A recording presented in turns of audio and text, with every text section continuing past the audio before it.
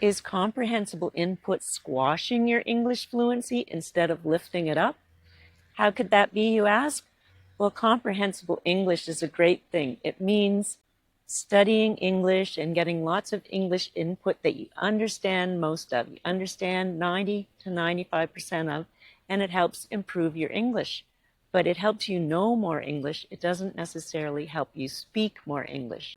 If you're spending all your time getting input and filling that part of your brain that understands the words, but not doing any output, not doing any speaking, and using that part of your brain that puts sentences together and speaks and helps you become fluent, then you're not going to learn to speak English. You're just going to know a lot of English. So the other day I recorded a story for you and asked you a lot of questions so that you can improve your speaking and practice your speaking. So let me know in the comments if you like this kind of video, and if you do, I'll make more like this. I'm Leanne, and I want to help you learn to speak English out loud. Let's do a little speaking exercise. I'm going to tell you a story, so you just listen to the story, and then we'll go back to the beginning of the story again, and I'll ask you some questions. Virginia was born on the East Coast, and now she lives in Winnipeg. Winnipeg is in the middle of Canada in the prairies. Virginia misses living by the water. She loves to come to the East Coast in the summer. One of her favorite things to do is to kayak. Her friend Leanne has 2 kayaks.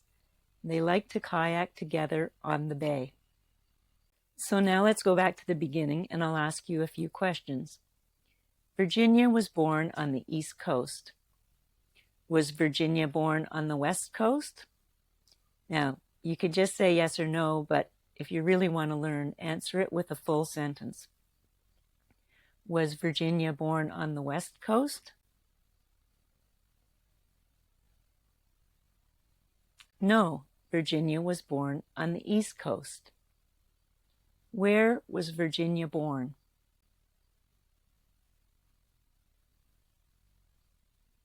Good. Virginia was born on the East Coast. Now she lives in Winnipeg. Winnipeg is in the middle of Canada in the prairies. Is Winnipeg on the west coast of Canada?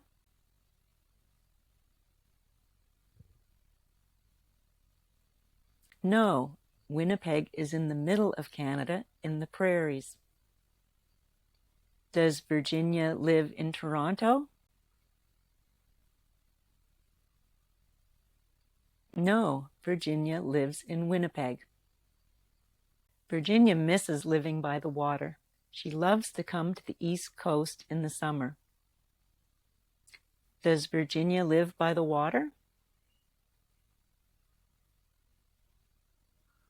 No, Virginia misses living by the water. Where does Virginia like to go in the summer? Does she like to go to the West Coast? No, Virginia likes to go to the East Coast in the summer. One of her favorite things to do is to kayak. Her friend Leanne has 2 kayaks. They like to kayak together on the bay. What is one of Virginia's favorite things to do? Right. One of her favorite things to do is kayak. Does Virginia have a kayak? Do you think Virginia has a kayak? No, but her friend Leanne, that's me, her friend Leanne has 2 kayaks. They like to kayak together on the bay. Do Leanne and Virginia like to kayak together in the river or on the river? No, there's no river around here. They like to kayak together on the bay. Good. Good job there. Now I'm going to go back and review the story again, and then I'll ask you to tell me 3 things about Virginia. Virginia was born on the East Coast. Now she lives in Winnipeg. Winnipeg is in the middle of Canada in the prairies. Virginia misses living by the water. She loves to come to the East Coast in the summer. One of her favorite things to do is to kayak. Her friend Leanne has 2 kayaks. They like to kayak together on the bay. Now, tell me 3 things that you know about Virginia. You can pause the video here and say your answer out loud.